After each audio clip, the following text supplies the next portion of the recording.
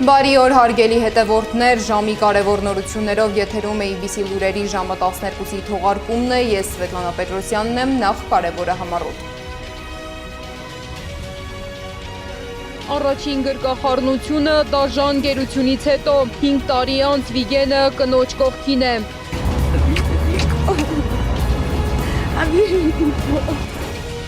4 գերի 2 վարձկանի դիմաց ընդդիմությունը չի հավատում իշխանության հերկմանը։ Ժամանակային համընկնումը թույլ է տալիս մտածելու, որ գործ չունենք 2 ավտոնոմ գործընթացների հետ։ Ում վերահսկողության տակ կլինի թրիփը, ինչ է սպասվում հայ սահմանապահին։ Բաղձալի մրցանակը հասավ Թրամփին, Մաչադոն սպիտակ տանն է։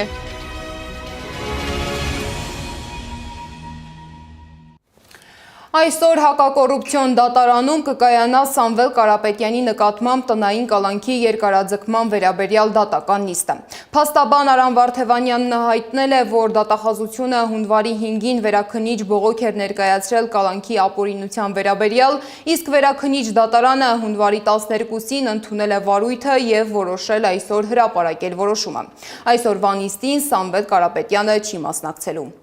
Իսկ երեկ տեղի է ունեցել Բագրատ Սրբազանի եւ նրա աջակիցների դատական հերթական նիստը։ Սրբազանը իր ելույթում նշել է, որ մարդկանց 6-ից 7 ամիս կալանքի տակ պահելը վիրավորանք է։ Նա նաեւ հայտարարել է, որ պահանջում է փորձաքննություն։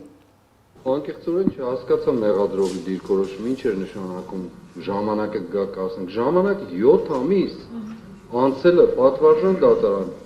Համաշխարհային փորձարար ես տարբեր երկրներում դատական նիստերի մասնակցել եմ։ Մեկ ապացույցը կեղծ կամ ոչ հավաստի բավական է որպես այդ գործընթացը կանգնի։ Հիմա իմ հարցումը հետևյալն է. ժամանակը անցել է 7 ամիսը պատվարժան դատարան։ Փորձաքննության ուզում եմ ապացույցը տեսնել ես, որ այս մարդկանց անունները ներառյալ իմը, իմ ազգանունը իրենք են թե ոչ, մոնտաժված են այդ տեքստերը թե ոչ, որ գրվածը չի լսվում, 50%-ից ավել գրվածը չի լսվում, այդ չի լսվումները իրանք դիտմամբ են ջնջել, թե իսկապես չի լսվում, եւ այսպես շարունակ, բառեր ավելացված են թե ոչ, հիմա տեքստը, էջերով, հատորներով, այդ բոլորը կամ տեսել են կամ ոչ,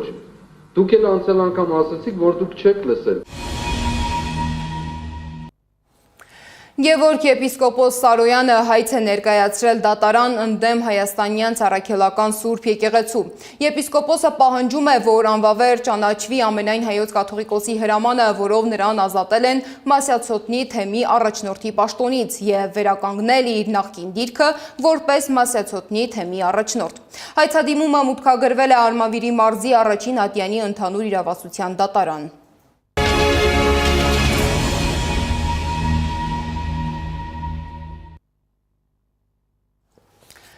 Բաքվի հնգամյա գերությունից հետո Հայաստան վերադարձած Վիգեն Էլուջեկչյանն ու նրա կինը վերջապես հանդիպել են զինվորական քննչական վարչության հետնամասում։ Հանդիպումը կայացել է մի քանի ժամ տևած հարցաքննությունից հետո։ Հանդիպում 5 տարի 5 ժամ անց Անի Աբաղյանն է ներկայացնում։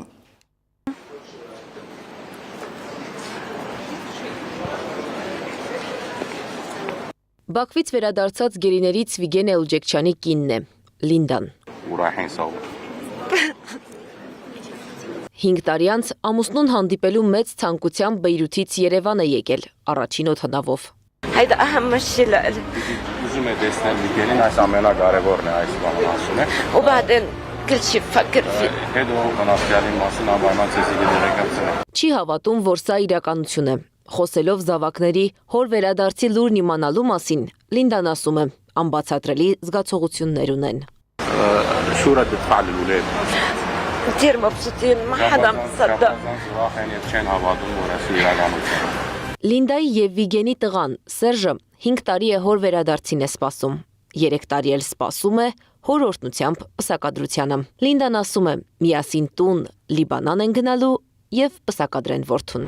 Օթակայանից Լինդան շտապեց Մուրացան հոսպիտալ ամուսնուն տեսնելու։ 10 րոպե ուշանալու պատճառով չկայացավ նրանց հանդիպումը։ Վիգենն արդեն զինվորական քննչական վարչությունում էր։ 5 ժամից ավելի հարցաքննվել է Վիգենը։ 5 տարի 5 ժամ անց վերջապես հանդիպել։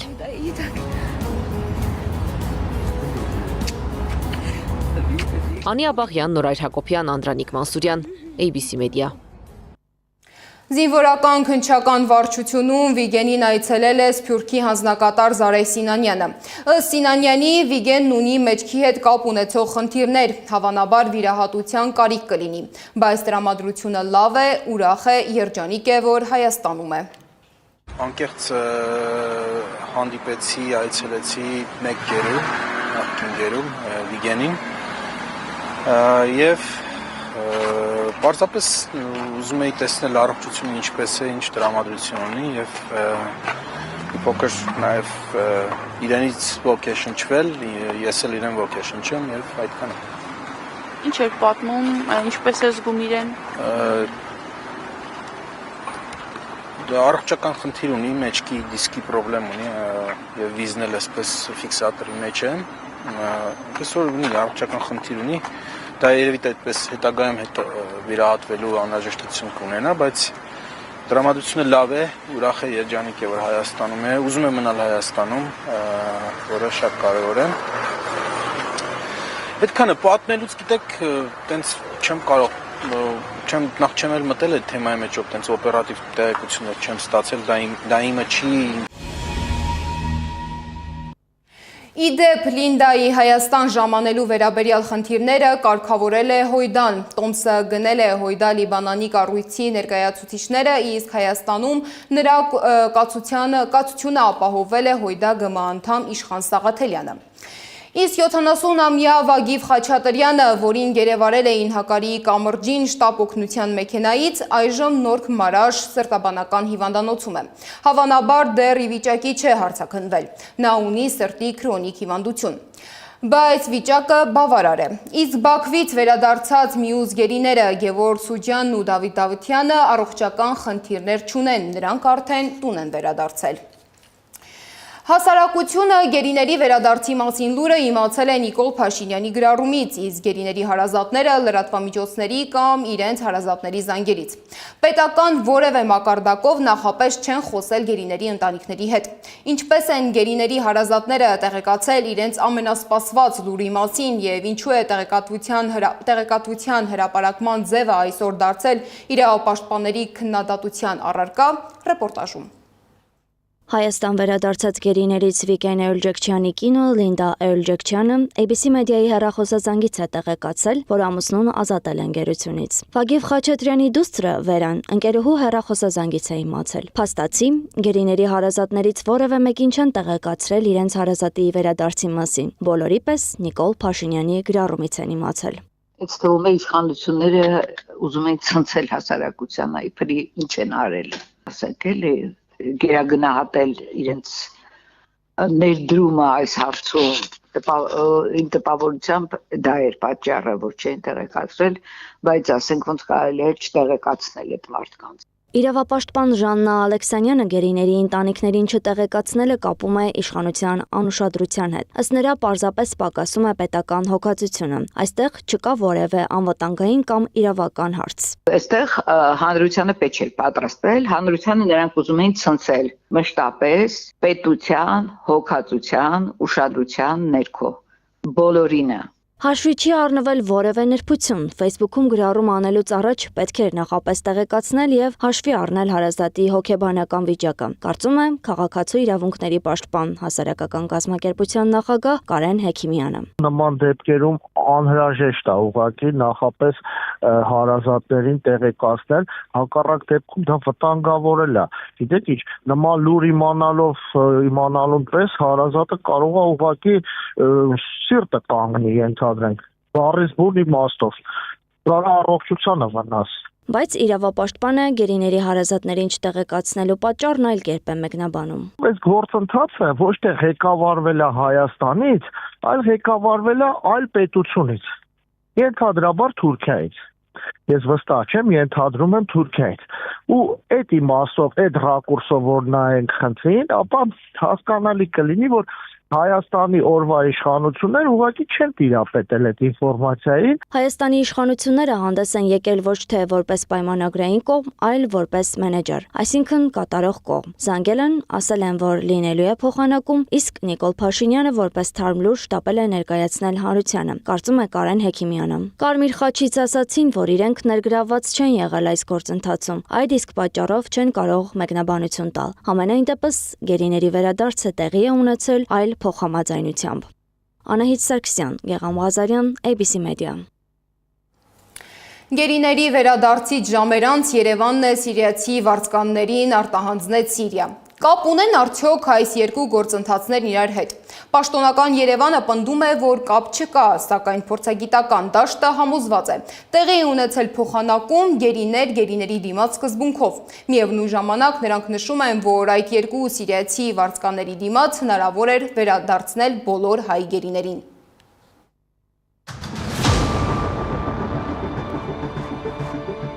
Եվ այո նրանք մեզ կներեն, մի ամիս երկու ամիս ավել գերության մեջ գնալու համար։ Ես այդ գերիներին համարում եմ, որ արդեն իրանք չկար։ Ալո Սեյդաջան ինքը չի կարող խոսել էլի։ Ամենքը ճիշտ ասած ոչինչ չգիտենք, նոր իմացանք։ Ձեռքի դաջվածքն այրելով հեռացրել, առաջին բժշկական օգնությունից զրկել, հաշմանդամության են հասցրել Ադրբեջանում պահվող հայ գերիներին, որոնք տարիներ շարունակ կտանքների ենթարկվելուց հետո վերադարձան հայրենիք։ Նույն օրը հայկական կողմն արտահանձնել է Սիրիայի երկու ահաբեկչի, որոնք Հայաստանում դատապարտվել էին ՑՄ ազատազրկման։ Իշխանությունը պնդում է, որ այս երկու գործընթացները կապ չունեն միմյանց հետ, սակայն մի շարք մասնագետներ նկատում են ժամանակային համընկնումներ եւ դրանց հնարավոր փոխկապվածությունը դիտարկում են բանակցային գործընթացի շրջանակում իրականացված քայլեր։ Ըստ նախկին մարդու իրավունքների պաշտպանի սա նշանակում է հավասարության նշան դնել անմեղ մարդկանց եւ ահաբեկիչների միջև։ Սա կրկին ապացուցում է, որ այս իշխանությունը եթե անգամ ինչ-որ լավ բան է անում, ապա միևնույն է ձախողում է։ Այդ սիրիացի վարձկան ահաբեկիչները, որոնցով իրականացվեց փոխանակումը, պետք է օգտագործվեին շատ ավելի մեծ արդյունքի հասնելու համար։ Նրանք ընդամենը մի քանի տարի առաջ գումարի դիմաց կտրում էին մեր գլուխներն ու կատարում ամենադաժան հանցագործությունները։ Հայ գերիների վերադարձը հասարակության համար միանշանակ դրական եւ սպասված իրադարձություն է։ Միևնույն ժամանակ միջազգային իրավունքի մասնագետները ընդգծում են, ցանկացած գործընթացի արդյունավետությունը պետք է գնահատել ոչ միայն արդյունքով, այլև կիրառված մեխանիզմներով։ Միջազգային իրավունքի մասնագետ Սիրանուշ Սահակյանը կարևորում է գերիների վերադարձը, սակայն ուշադրություն է հրավիրում այն հանգամանքի վրա, որ նման գործընթացները ցանկալի է կառուցել համարժեքության եւ կանխատեսելիության սկզբունքներով հետագա ռիսկերը նվազեցնելու համար։ Իմ ունեցած տեղեկություններով Հայաստանում ադրբեջանցի ռազմագերիներ չեն պահվում, նրանք հայրենադարձվել են շատ վաղ ժամանակահատվածում, ի կատարումը նոյեմբերի 9-ի հայտարարության, հետագա բոլոր միջադեպերից հետո երկկողմանի հարցերը լուծում են ստացել, մենք ադրբեջանցի որևէ զինծառայող Հայաստանի Հանրապետությունում չունենք։ Կառավարության նիստում Նիկոլ Փաշինյանը հայտարարել է, որ գերիների վերադարձն ու Սիրիայի քաղաքացիների արտահանձնումը տարբեր գործընթացներ են եւ չեն կարող դիտարկվել մեկ գործարքի շրջանակում։ Մենք ուզում ենք եւ աշխատում ենք նաեւ Սիրիայի Արաբական Հանրապետության հետ մեր հարաբերությունների հետագա զարգացման ուղղությամբ եւ այդ թվում մենք հույս ունենք, որ այդ որոշումը, որը բարեկամական որոշում է Սիրիայի նկատմամբ, այդ թվում Սիրիայի հայ համայնքի շուրջ մթնոլորտը ավելի նպաստավոր կդարձնի։ Հայ-սիրիական հարաբերությունները կարգավորելու, Սիրիայում հայ համայնքի անվտանգությանը նպաստելու համար կարող է այդ քայլը դրական ազդեցություն ունենալ, բայց Սահակյանը հակված չէ հավատալ Փաշինյանի հայտարարությանը։ Ժամանակային համընկնումը թույլ է տալիս մտածելու, որ գործ չունենք երկու ավտոնոմ գործընթացների հետ եւ անխուսափելի է կապը երկու գործընթացների միջև։ Հայաստանի նախկին մարդու իրավունքների պաշտպան Լարիսա Ալավերդյանը, որը տարիներ շարունակ զբաղվել է գերիների հարցերով, պնդում է, սա քաղաքական գործընթաց էր, ինչը հանցագործություն է միջազգային իրավունքի դեմ։ 26 թիվն է, մոտենում է տվյալ դեպքում այսպես լինել չլինելու հարցը այս այլ պետության ներկայացուցիչ ԿՊ-ականների համար դա կյանքի ու մահու պահ է։ Եվ այս առումով մենք պետք է սպասենք, որ բացի, ինչպես արդեն Իլհամ Ալիևը ասեց,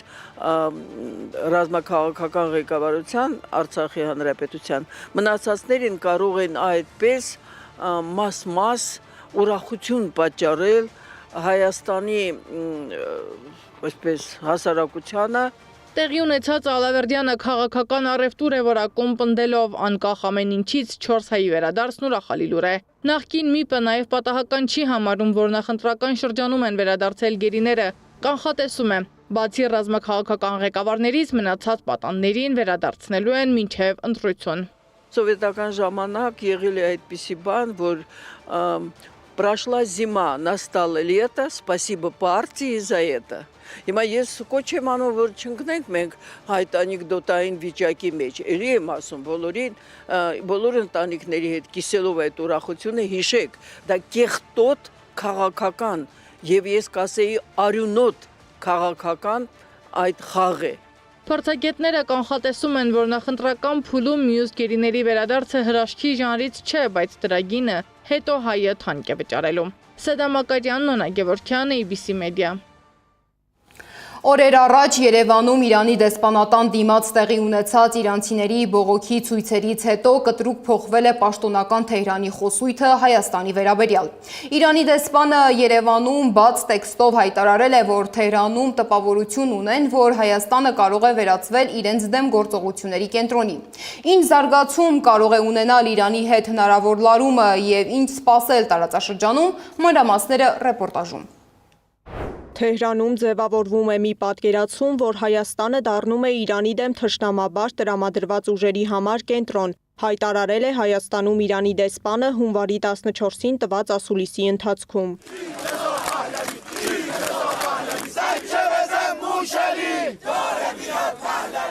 Առաջին եւ ամենակարևոր պահանջն այն է, որ Իրանի Իսլամական Հանրապետությունը չեղարկվի եւ շահը վերադառնա։ Իրանի դեսպանատան դիմաց տեղի ունեցած այս ցույցերին ի պատասխան է դեսպան Շիր Ղոլամին հայտարարություն արել, նշելով, որ մի խումբ մարդկանց կանաչ լույս է տրվել Իրանի դեսպանատան դիմաց հնչեցնելու անհարգալից արտահայտություններ։ Իրանի դեսպանատան առջև տեղի ունեցածը կմնա Իրանի ժողովրդի պատմական հիշողության մեջ, քանի որ ամենադժվար ժամանակներում Իրանը կանգնել է Հայաստանի պետության եւ ժողովրդի կողքին։ Քաղաքագետը կարծում է, դեսպանի այս հայտարարության տակ ավելի խորքային պատճառներ են թաքնված, մասնավորապես Վաշինգտոնից իրենց հասցեին հնչող սպառնալիքների ֆոնին Հայաստանի եւ Ամերիկայի Միացյալ Նահանգների ջերմ հարաբերություններն ու գործակցությունը։ Սա նաև որոշակի իրադարձությունների արդյունքում նստված կտված հայտարարություն էր, որը վերաբերվում էր օրինակ թրիփին, որը թեպետ օրինակ նախկին դեսպանը պարոն Սոփյանին հայտարարում էր, որ իրենց շահերին դեմ չէ, Իրանը գտնում է, որ Հայաստանը չի անի Իրանի նկատմամբ թշնամական քայլեր եւ այլն, բայց ակնհայտ էր, որ իրանական կողմում կար մտահոգություններ եւ այդ մտահոգությունները չէին փարատվել նույնիսկ Հայաստանի տարբեր պաշտոնյաների կողմից վաստիացումներից հետո։ Սա ամենակոշտ հայտարարություններից մեկն է, որ Իրանը հնչեցրել է Հայաստանի հասցեին, պնդում է դիվանագետը։ Մելիքյանն այս հայտարարության տակ խորը ուսումնասիրություն եւ վտանգավոր միտում է տեսնում։ Դեսպաններն էլ տենց չեն, էլի, որ օդից հայտարարություններ անեն, մինչև 150%-անոց չուսումնասիրեն ընդհանուր իրավիճակը։ Իրանն էլ այն երկիրն է եւ նրա ներկայացուցիչներն էլ այնպիսին են, որ այսպես օդ չեն կրակում խոսքերով, այլ բավականին լուրջ ուսումնասիրությունների արդյունքում գալիս են եզրահանգման։ Իրանի դեսպանի կողմից հնչած այս հայտարարությանը նախորդել էին ավելի բարձր մակարդակում հնչած հայտարարություններ, մասնավորապես այն, որ թրիփի շինարարության պատրվակի տակ Իրանի սահմանին կարող են նաև այլ ուժեր տեղակայվել, հիշեցնում է քաղաքագետը։ Կարծում է վերջին ցույցերը պատրվակ էին, որպեսզի իրանական կողմը եւս մեկ անգամ հնչեցնի իր մտահոգությունը։ Իրանը բազմիցս հայտարարել է, որ համաձայն չի, որպեսզի իր սահմաններին մոտենան ամերիկյան ուժերը։ Իրանը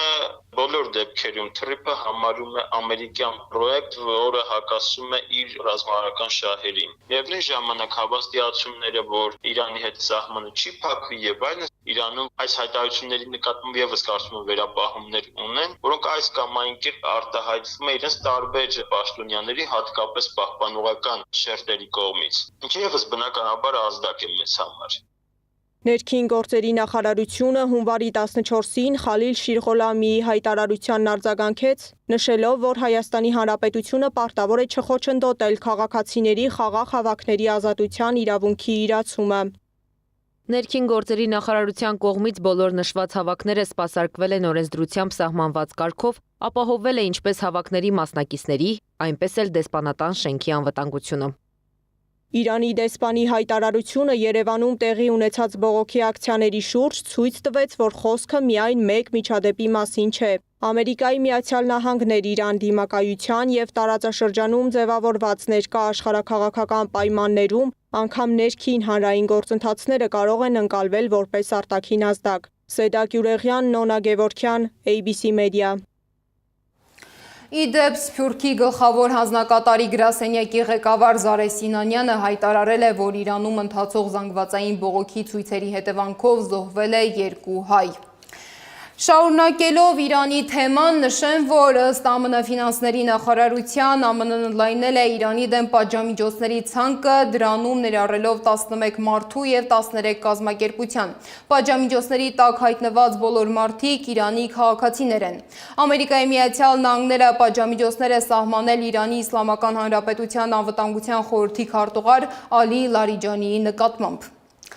ԱՄՆ նախագահ Դոնալդ Թրամփը հայտարարել է, որ ստեղծվել է Գազայի խաղաղության խորհուրդ։ Նա վստահեցրել է, որ սա ոչ միայն ամենամեծ խորհուրդն է, այլև ամենահեղինակավորը, որը երբևէ ստեղծվել է որևէ տեղ։ Իսկ Բաղձալի մրցանակը հասավ Դոնալդ Թրամփին, մանրամասները ռեպորտաժում։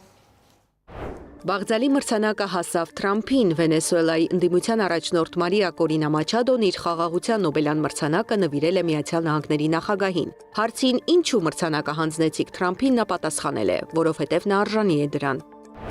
Սպիտակ տանը Միացյալ Նահանգների, Դանիայի եւ Գրենլանդիայի պաշտոնյաների հանդիպումից ժամեր անց եվրոպական երկրները սկսել են իրենց զինվորներին ուղարկել Գրենլանդիա։ Պաշտոնյաները չէին կարողացել փոխել Սպիտակ տան դիրքորոշումը հանքանյութերով հարուստ արկտիկական կղզու շուրջ։ ՆԱՏՕ-ի զինվորների ներկայությունն, ինչպես սպասվում է, այսօրվանից եւ առաջիկա օրերին ավելի մեծ կլինի Գրենլանդիայում, հայտարարել է կղզու փոխվարչապետ Նյուտ Էգիտը, հավելելով, որ նրանք կանցկացնեն վարժանքներ։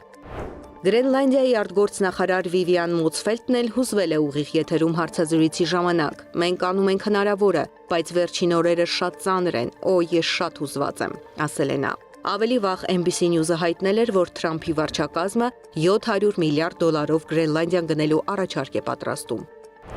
Իրանի պաշտպանության նախարար Ազիզ Նասիրզադեն հայտնել է, թե որքան գումար են ստացել սադրիչներն Իրանում ցույցերի ժամանակ մարդ սպանելու համար։ Եվ այսպես, անկարգություն հրահրողները մարդկանց սպանելու համար ստացել են $3500, գրեթե $1500 մեքենաներ այրելու եւ մոտ $500 ոստիկանական բաժանմունքներ հրկիզելու համար։ Միջազգային ասպարեզում իրավիճակն ավելի է վատթարանում, այս հայտարարությունն էլ արել է Ռուսաստանի նախագահ Վլադիմիր Պուտինը։ Նրա խոսքով հակամարտությունները սրվում են, ի հայտ են գալիս նոր թեժկետեր։ Տոկիոյի մետրոյում էլեկտրամատակարարման խափանման պատճառով կուտակումներ են առաջացել, հազարավոր մարդիկ ստիպված են եղել ժամերով սպասել։ Հնդկաստանում բաց ծով է դուրս եկել ձեռքով պատրաստված փայտե նավ, 17 օր ծովում անցկացնելուց հետո այն ժամանել է Օման։ Նավը կառուցվել է առանց մեխերի կամ մետաղական ամրակների։ Փայտե տախտակներն իրար են ամրացվել կոկոսի մանրաթելից պատրաստված պարանով եւ բնական խեժով։ Եվ վերջում, Չինաստանի գործարաններից մեկում աշխատակցի սխալը մեծ հաջողություն է բերել ընկերությանը։ Սկզբնապես նախատեսված է եղել, որ նոր տարվա թալիսման ձիուկ փափուկ խաղալիքը պետք է ունենա ուրախ շպիտ, սակայն աշխատակցի սխալի պատճառով ձիուկների բերանները կարվել են դեպի վարողությամբ։ Տխուր ձիուկներն անսպասելի մեծ պահանջարկ են ունեցել, ինչի շնորհիվ գործարանի աշխատակիցները պարգևավճար են ստացել։ Զարա Սարգսյան, Նոնա Գևորքյան, ABC Media։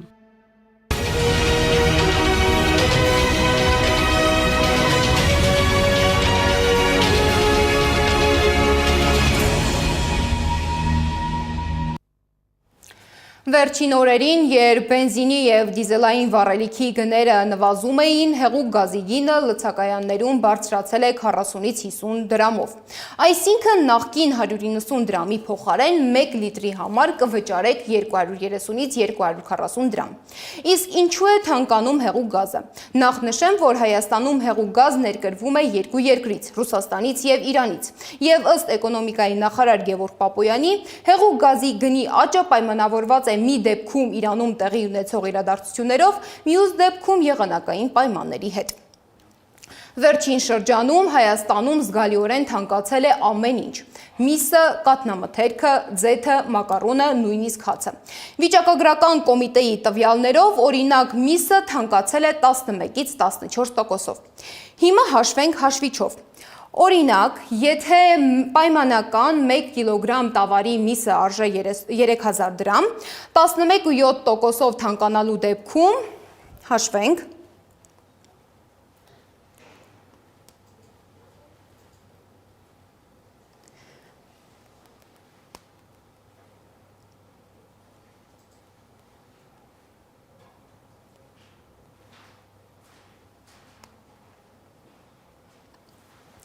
%11.7%-ով թանկանալու դեպքում այն կարժենա 3351 դրամ։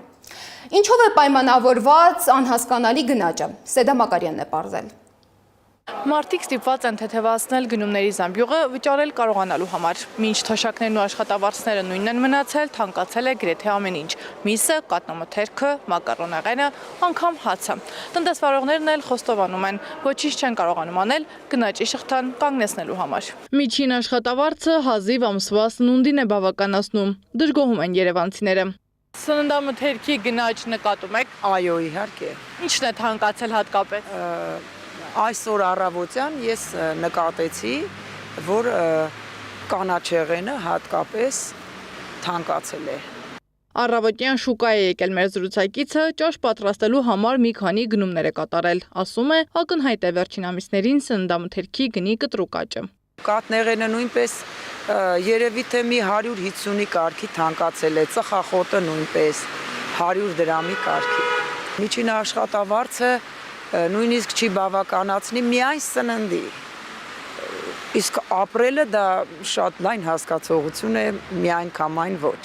Միսը 11-ից 14%-ով է թանկացել, կարագը 7.2%-ով, ձեթը 8.2%-ով, հացը գրեթե 4%-ով։ Երևանում շրջելու ընթացքում քաղաքացիներն իրենց դժգոհությունն էին հայտնում։ Կարագը թանկացել է, խառը կանաչի ուտենք։ Հատկապես ինչն է թանկացել։ Ամեն ինչն է։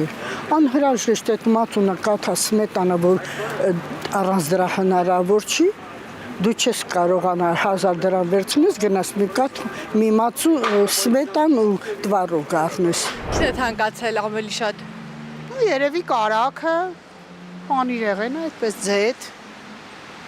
Միջին աշխատավարձով կարելի է ապրել Հայաստանում սա։ Մարդը պիտի լավ ապրի։ Կարագը, կաթնամթերքը, մսամթերքը։ Թոշակով հնարավոր է գնել այդ ամեն։ Ոչ։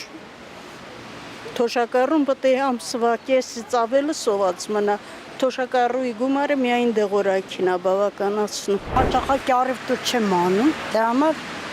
բայց մի փոքր փոփոխություն զգացել եմ։ Հարցվածների մեծ մասին անհանգստացնում է հատկապես կաթնամթերքի թանկացումը։ Հայկական շուկաներից մեկում կաթնամթերքը վաճառող տնտեսվարողն ասում է, դեկտեմբերի սկզբից է նկատել թանկացումը։ Նախորդ տարիների համեմատ թանկացել է նաև մսամթերքը։ Պատճառների մասին տնտեսվարողները տեղյակ չեն։ Նախանցած տարվա համեմատած կա թանկացում, մոտ 200 դրամի կարգի թանկացում կա, բայց մենք նույն գնով փորձում ենք վաճառենք, որտեղ առևտուրը շատ թույլ է։ Գնաճը հասարակության տարբեր խավեր տարբեր կերպ են ընկալում, ասում է տնտեսագետ Աղասիթ Հավադյանը։ Կա խավ, որն անգամ միս չի կարողանում գնել ու տեղյակ չէ դրա թանկացումից։ Բնակչության տարբեր խավեր տարբեր ձև են գնում այդ ապրանքների եւ տարբեր ձև են ազդում այդ ապրանքների վրա։ Օրինակի համար ցածր եկամուտներ ստացող խավը իր եկամուտների մեծ մասը, մոտ 60%-ը ծախսում է սննդամթերքի վրա, իսկ սննդամթերքի գները ավելի բարձր աճ ունեն, այսինքն եթե միջինում 2-3 անգամ ավելի շատ են աճում, քան բազային գնաճ, օրինակ 6-9%։ Եվ այս տեսանկյունից նրանք ավելի մեծ ազդեցության են զգում, ավելի զգայուն են գնաճի հանդեպ։ Վերջին ամիսների կտրուկ գնաճն ունի տարբեր պատճառներ։ Տնտեսագետն ասում է, յուրաքանչյուր երկրի տնտեսությունում այն անխուսափելի է։ Հայաստանում մի քանի գործոն է ասել սննդամթերքի արժեքների վրա։ Հատկապես կատնամթերքն է աճել վերջին շրջանում, եթե տարվա սկզբին ենթադրենք կես կիլո թթվասեր ենթադրենք 550 դրամ էր, այս պահին 700 դրամ է, այսինքն զգալի է տարբերությունը։ Հիմնականում պետք է հասկանալ, որ Հայաստանում գնաճը ներմուծվող է, այսինքն ներմուծված գների հիման վրա է անդրադառնում, ինչպես նաև սեզոնային, այսինքն սեզոնային գյուղատնտեսական սեզոնայնությամբ երաշտով պայմանավորված սննդամթերքի գները կարող են աճել, սա են հիմնական պատճառները։ Թավադյանն ասում է, գնաճը հաճախ նաև օգտակար կողմ ունի երկրի տնտեսության համար, եթե այն չափի մեջ է։ Խնդիրն այս պարագայում ոչ թե գնաճն է, այլ աշխատավարձի չափը։ Հայաստանում ցածր ու միջին աշխատավարձը հավասարեցվել է գնաճին։ Սադամ Ակարյան, Նորայր Հակոբյան, Անդրանիկ Մանսուրյան, ABC Media։ Այս ժամի համար նախատեսել էինք այսքանը, շարունակեք հետևել մեզ YouTube-ում, Facebook-ում, Telegram-ում, WhatsApp-ում, Instagram-ում ու TikTok-ում կամ այցելեք մեր պաշտոնական կայք www.abcmedia.am։ Ես Սվետլանա Պետրոսյանն եմ, շնորհակալություն ուշադրության համար։ ABC լուրերը թարմնորություններով եթերում կլինի ժամը 15-ին։ Տաղավարում կաշխատի իմ գործընկեր Գառնի Մութաֆյանը։